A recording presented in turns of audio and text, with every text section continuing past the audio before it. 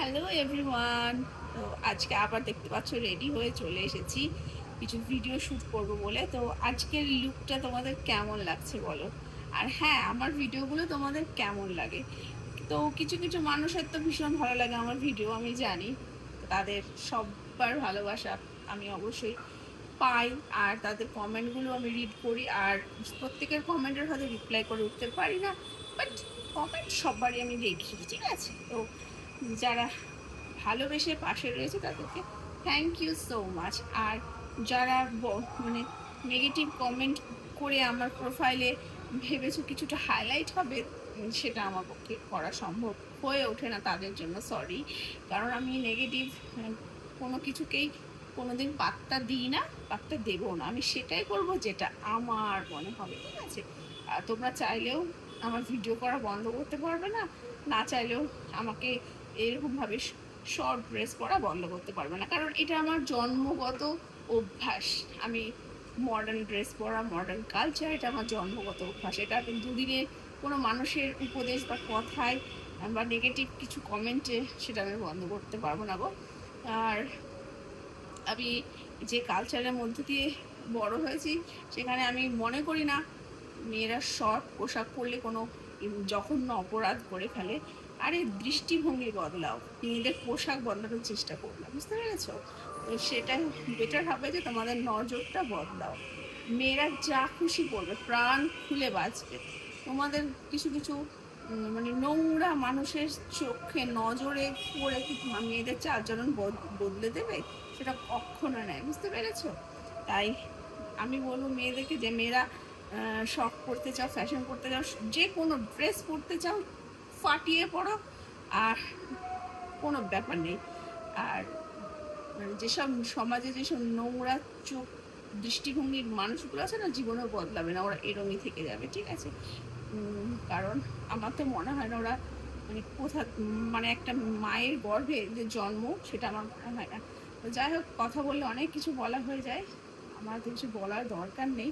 তো আমাকে কিছু কিছু মানুষ নাড়ছে, তো সেটাই ভাবছি। দেখো, যখন আর্নিং ছিল না তখনও আমি ভিডিও করেছি, আর যদি এখন ভিডিও পারপাসে আর্নিং আমার কিছু হয়, তাহলে তো আমার কিছু করার নেই বলো।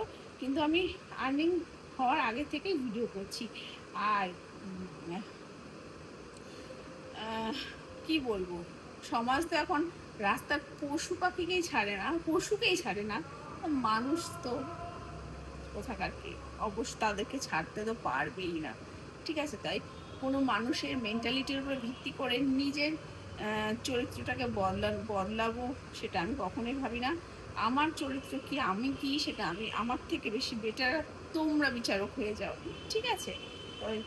তাই বলছি, যারা মনে করবে যে খারাপ, তাদের কাছে আমি খারাপ, আর যারা মনে করবে না ঠিক আছে, তো ওকে, আমি তাদের কাছে ঠিক আছি। তো যাই হোক, পোশাকের মধ্যে দিয়ে কোনো পোশাক ছোট করলেই কোনো খুব বাজে কাজ করা হয়ে যায় না, কোনো জঘন্য অপরাধ করা হয়ে যায় না।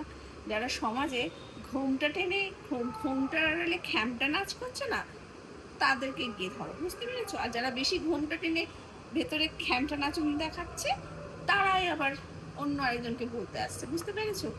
মানে কিছু কিছু মানুষের তো মানে কি বলবো, কিছু কিছু মেয়েরা আছে ঘোমটা টেনে ঘোমটার আড়ালে সতী সাবিত্রী সেজে থাকছে, মানে না আছে মানে হাজব্যান্ডের খোঁজ, না হাজব্যান্ডের আছে ওয়াইফদের খোঁজ। তো তারা তাদের মতো ডিস্টেন্স মেনটেন করে থাকছে, মাস গেলে পয়সা দিয়ে দিচ্ছে। আবার কিছু কিছু এইভাবে তো তাদের কানেকশন। কেউ তো হাজব্যান্ড অ্যান্ড ওয়াইফ সবসময় কাছে থেকে তাদের এক জায়গায় থেকে ভালোবাসা কি জিনিস তারা তো এখনকার মানুষ জানে না।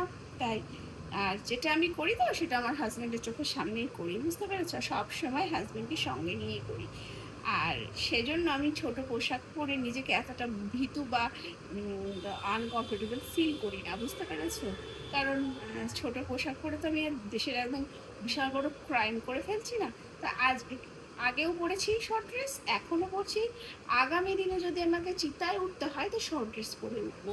কারো কিছু বলার আছে, আর যদি বলার না থাকে টাটা বাই বাই। আর হ্যাঁ, যারা আমাকে ভালোবাসছে, সাপোর্ট করছে, কথাগুলো তাদের জন্য নয়, কিছু কিছু মানুষ আমাকে খুব নাড়ছে তাদের জন্য।